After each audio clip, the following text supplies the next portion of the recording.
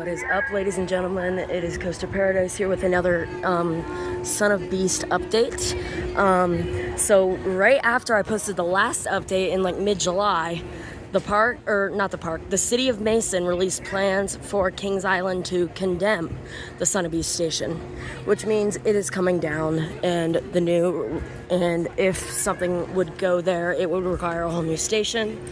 Unlike what I had originally thought, which was it would just use the old station. Which it makes sense that it's being condemned, though. The thing was in pretty rough shape because they didn't use it for Wolfpack for like several years now. And so why even have it if one, it's not really structurally sound enough for a new use, and two, it's just taking up space. It does make sense. But it is kind of disappointing, though, because I really, really wanted a new coaster to go in that station. But maybe they'll just build a new station in that same spot. Who knows? But here I'm walking under the exit path, and here is one of, if not our last looks at the Son of Beast station. There's the queue path, the winding part that I went over on our last update. And then they took down even more tarp tent things, so now you can see even more clear. And right there is some of the old track that, quite frankly, until kind of recently I didn't know existed still. And there are all the lights and the rest of the station. They've been clearing out everything in there. All that's left in there is the rest of that track and a metal piece. There's the photo stand, or what I'm assuming was a photo stand. Let's go over to the main switchbacks and here is the old Son of Beast queue. Now, last video I went over these dots and what they did and how they used to be other turnstiles, but since my last video, these have not changed. They are still in the exact same shape they were in my last video, and there's the gate that leads to the switchbacks up there to get to the station, which will obviously soon be condemned. Rest in peace. But just for fun, let's go ride the back. Now, it did rain earlier, so I'm kind of surprised it's not on one train, because this thing only runs one train in the rain, but I'm not complaining. And also, just a little side note for fun, in the long line, oh my god, the line for the bat is actually quite long. Oh, that's because it's only running one train. I was wrong. Anyway, if you look through here and see you can kind of see through the fence that there's a maintenance shop right there. That is one of the main maintenance areas where they work on a lot of the rides over the off-season. But Flight of Fear has 3 trains. It only runs 2 trains, but it has 3 trains.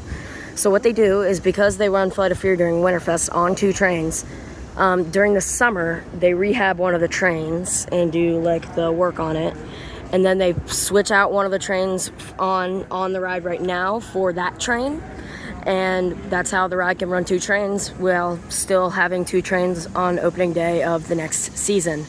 That is how they are able to do that. But because that line for the bat is long and it's only running 1 train, I ain't waiting in that. Also, a fun little tip in this little bridge area over this ravine looking thing. When it has just heavily rained, this is a stream, but that's not really my point. My point is that there are oftentimes snakes in this area. Alright, now as we walk up the old Son of Beast queue, i.e. the bat's exit, I want to take you guys over to Banshee's exit stairs, where you can kind of see something that might be an off-season project. This line got long, because when I was over here, there was no line. Good thing I have my old friend. Alright, so here's a little fun fact for you guys. Whenever it rains in a day, Banshee goes onto rain mode, meaning the rolling blocks in the station are turned off. So typically when this train is about halfway out, this train back here will pull into the station and park. But that does not happen in rain mode. What happens in rain mode is the train pulls out, and then drive tires stop, and then this train pulls in slower. And it also, you may notice those little metal things right there by the wheelbases. Those are the metal pins for the electrical for the train. So when those pins come into contact with the train, it sends electrical current and the restraints can open. And those are raised and lowered when the train dispatches / parks. So here's how rain mode works, essentially. Just gotta wait for them to put up their clears.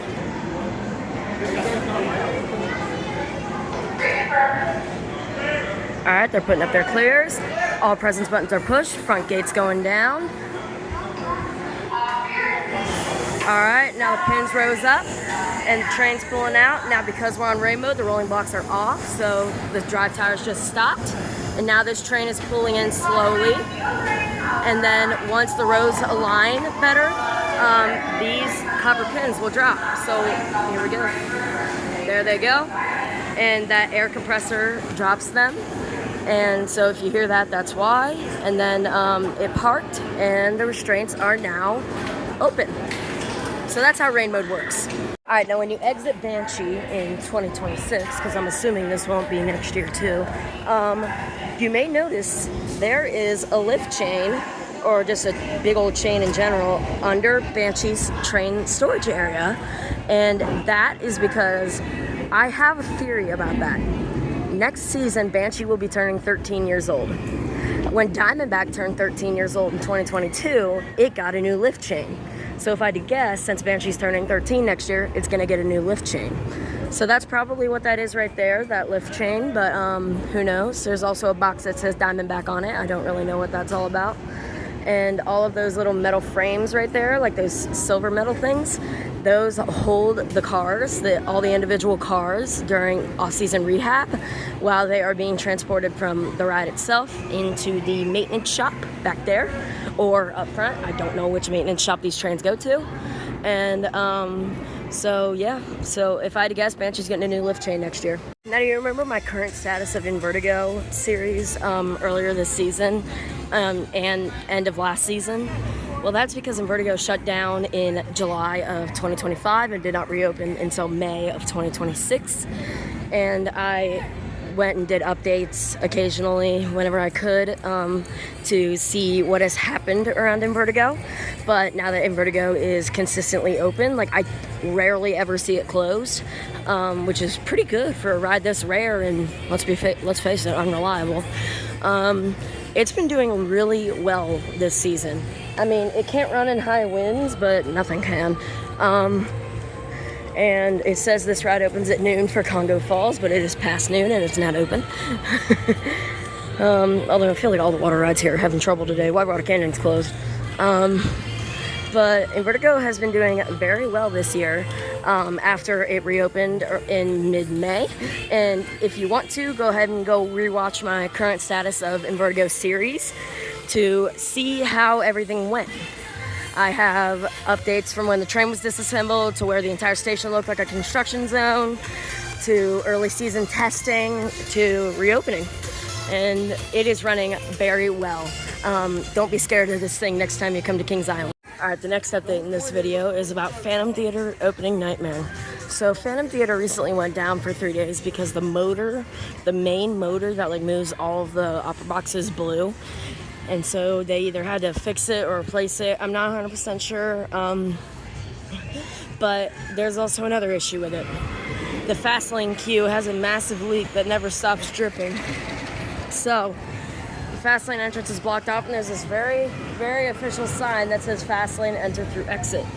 So now to ride Phantom Theater, if you have fast lane, at least temporarily, you have to go through the exit.